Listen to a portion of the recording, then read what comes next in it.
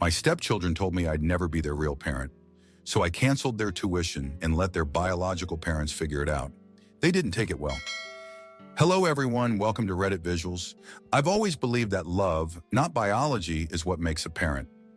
I married my wife Carla 8 years ago. She had 2 children from a previous marriage, Ben, who was 12 at the time, and Alana, who was 10. Their father, Rick, was never completely out of the picture, but he was inconsistent. He'd show up once in a while with flashy gifts, make big promises, and then vanish again.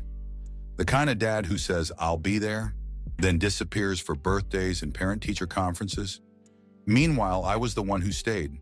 I showed up for football games, late-night science projects, and emergency room visits for sprained ankles and fevers.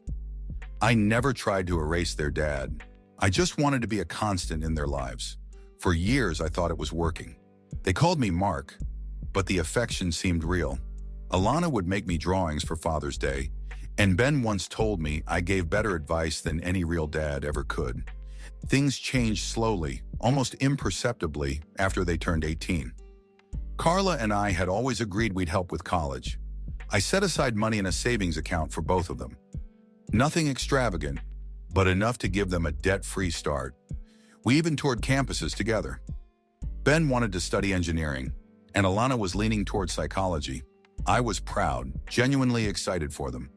But during that same period, Rick started popping up more often. I guess he sensed he was losing them for good.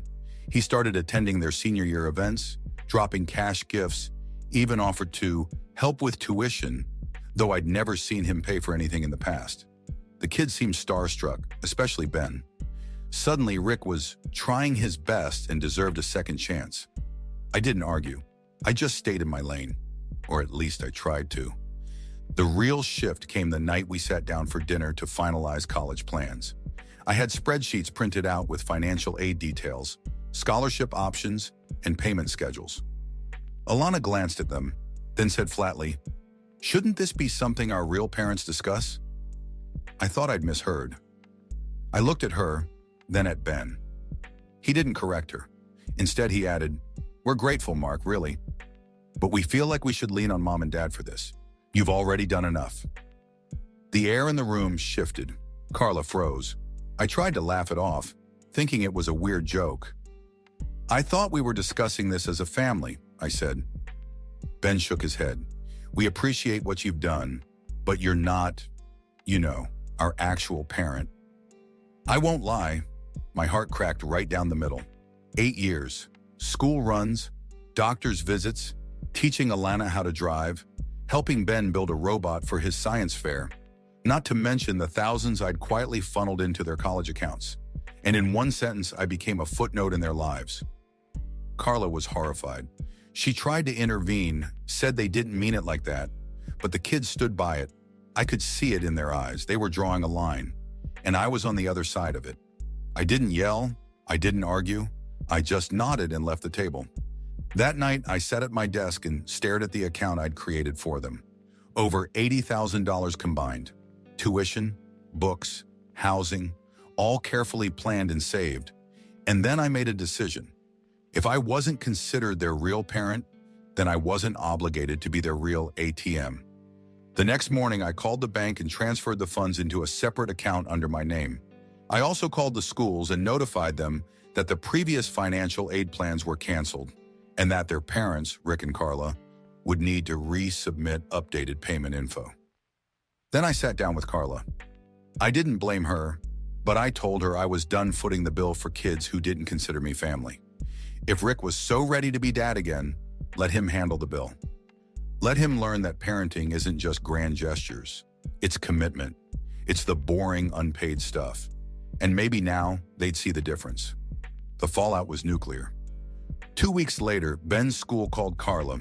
His tuition payment had bounced. Rick, it turns out, had promised to handle it, but hadn't filled out a single financial form.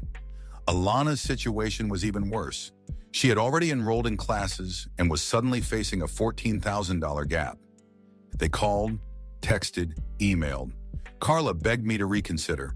And then Ben showed up at the house. I opened the door and he looked small. the same kid who once held my hand at his middle school graduation. He didn't yell. He just said, "Why are you doing this?" I stayed calm. "You made it clear I'm not your parent. I'm just honoring your definition." "But we didn't mean it like that," he said, his voice cracking.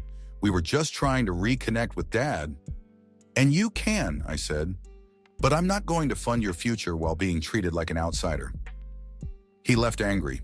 Alana didn't come at all. She sent a long email filled with phrases like, "betrayed trust," and "you promised." I didn't respond. A week later, Carla sat beside me and said quietly, "They're learning."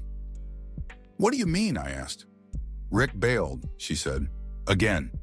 Told them it was my job to figure it out."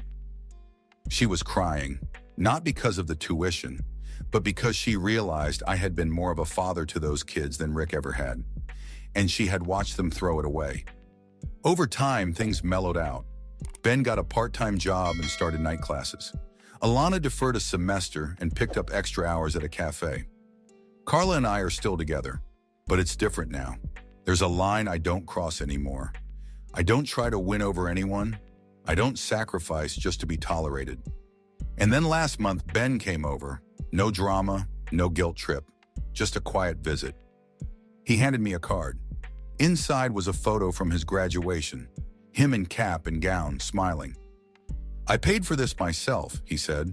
"Took me a little longer, but I wanted you to have this, because even if I didn't say it before, you were the one who got me here."